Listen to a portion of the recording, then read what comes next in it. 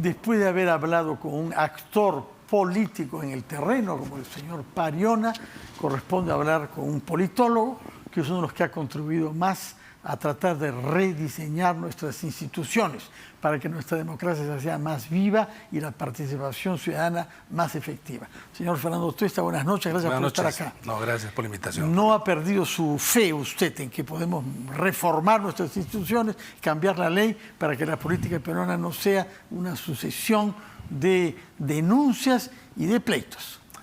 Bueno, en eso estamos hace mucho tiempo y la verdad que es lo último que debemos de perder. Ahora, uno de los pleitos más complejos de entender es el pleito entre Vladimir Cerrón y Pedro Castillo. Usted ha consagrado un artículo a este tema en el diario El Comercio, en donde sostiene que se trata de una verdadera discrepancia, de una verdadera crisis, pero no una ruptura, porque no le conviene ni a uno ni a otro romper relaciones buenas. Nunca sabe lo que puede pasar y uno puede necesitar. Explíquenos cuál es su punto de vista. Es un hasta luego. Es un hasta luego, no es un adiós. Es el título del artículo. Así es. Sostengo allí que efectivamente hay una separación, hay una distancia, motivada por una serie de razones que en realidad están puestas en ese comunicado de invitación a que renuncie, ¿no? Y todo eso es probablemente cierto. Lo que ya no es cierto, o necesariamente cierto, es que este sea una ruptura definitiva.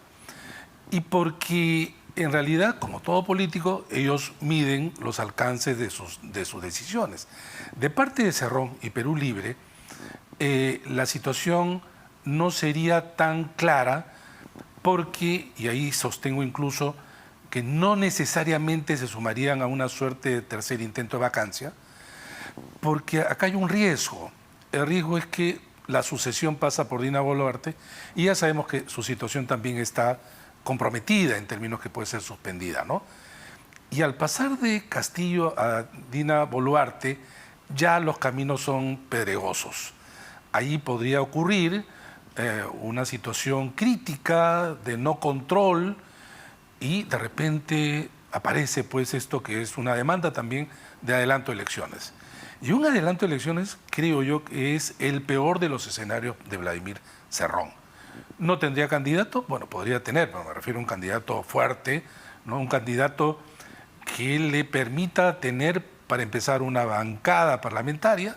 ¿Piensa que ninguna de las figuras que apareció en torno a él... No veo ninguna posibilidad y él no Puca mismo, Bellido. Bueno, uno puede dar una lista, siempre habrá alguien que ocupa ese puesto, pero que tenga la posibilidad de, además, un partido asociado a un gobierno, que sería un fracaso, difícilmente va a tener una buena votación. No tendría una buena votación, no tendría bancada parlamentaria, perdería la inscripción. Y 2 millones de soles anuales, y alrededor de 2 millones anuales. Sí, porque es el partido que por el financiamiento público directo recibe a lo largo de este quinquenio cerca de 10.200.000, aproximadamente. Un poco más de 2 millones de soles cada año, ¿no? Y eso no es poca cosa. Eso no es poca cosa en general para los partidos y en particular para Perú Libre, ¿no? Entonces, yo creo que lo que le está diciendo es, aún tengo 16 votos. Y pueden haber situaciones en donde podemos seguir conversando o simplemente en estos mensajes cifrados en donde cada uno sabe qué entregar al otro. Y por parte de Pedro Castillo, su respuesta ha sido pues una carta bastante suave delante de esta invitación agresiva, ¿no? Sí. No ha vuelto a decir nada más. Y entonces creo que ese es el trato que le está dando. Es decir, nos distanciamos, pero vamos a ver qué pasa en adelante. Ahora, lo que se ha hecho es tomar una decisión como la de nombrar como ministro del Interior a un antiguo ministro de Pedro Pablo Kuczynski, que no es lo que más le gustará a Cerrón, ¿no? No, para nada, pero también es cierto que ya convocar ministros para este gobierno debe ser una de las tareas más difíciles. Siempre va a haber gente que asuma una cartera, pero la verdad que este abanico se reduce, que es generalmente un abanico reducido que tú tienes en los gobiernos del último año. Esto lo tiene el primer año, por las razones que ya sabemos, ¿no? De un gobierno con todos los problemas que ha mostrado, ¿no? Mientras tanto, hay una iniciativa que se acentúa de parte de la presidenta del Congreso, la señora Alba, y otros congresistas, para que se acelere la ley que aprueba la bicameralidad y la reelección al Senado, por lo menos de algunos congresistas en ejercicio. El dictamen es un dictamen que tiene cosas importantes, positivas y algunas cuestionables. Bueno, lo principal, la bicameralidad, que es algo que muchas personas, entre las que me encuentro, hemos estado batallando por esta idea de un diseño institucional del Parlamento que creo que es mejor de lo que tenemos.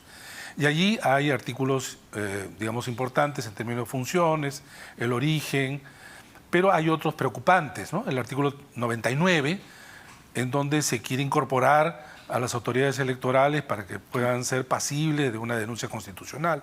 Esto es sumamente peligroso. Tendríamos de seguro en este último año, si se hubiera tenido ese artículo, sentados en el sillón de los acusados, a los jueces autoridades.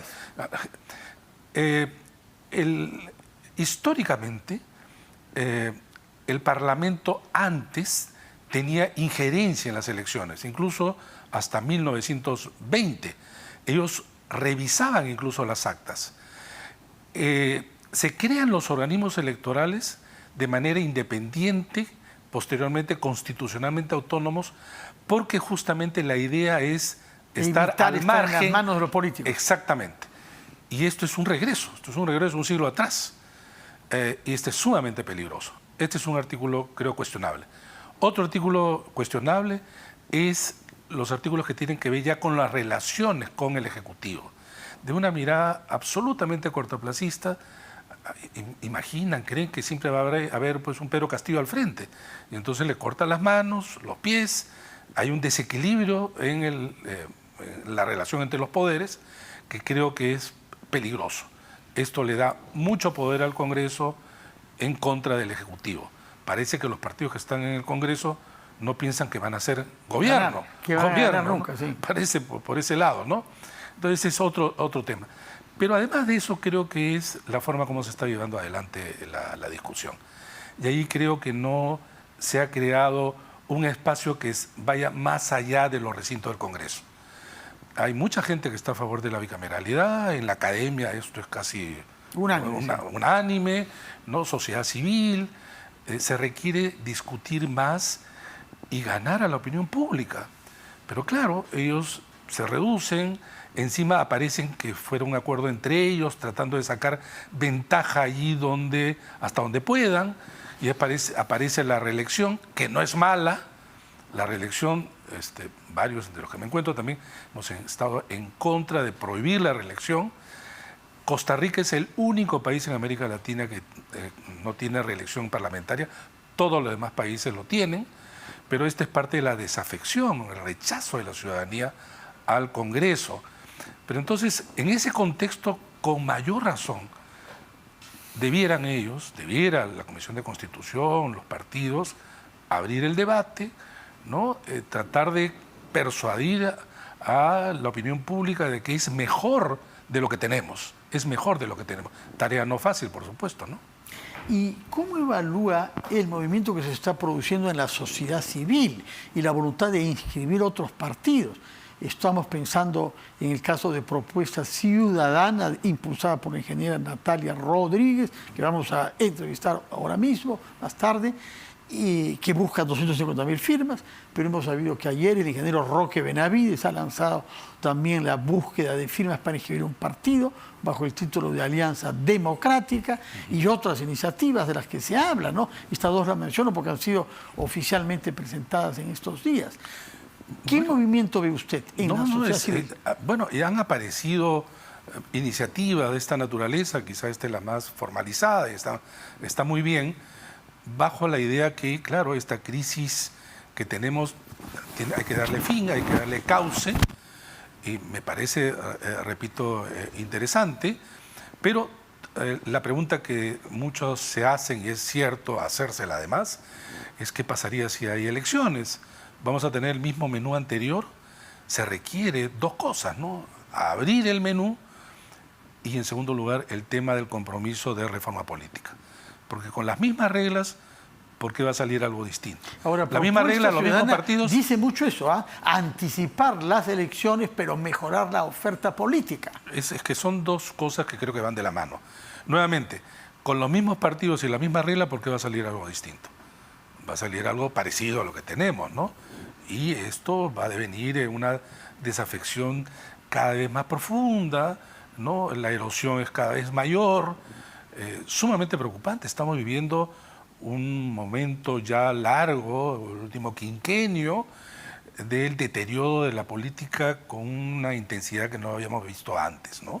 Entonces hay que parar esto porque afecta todos los ámbitos de la vida nacional y los perjudicados obviamente son todos los peruanos. Fernando Tuesta, muchas gracias por su presencia en Las Cosas Como Son, por sus explicaciones y por el entusiasmo que pese a todo mantiene usted en la reforma de los instituciones y en la mejora de la vida política en el Perú. Muy buenas noches, gracias por estar acá.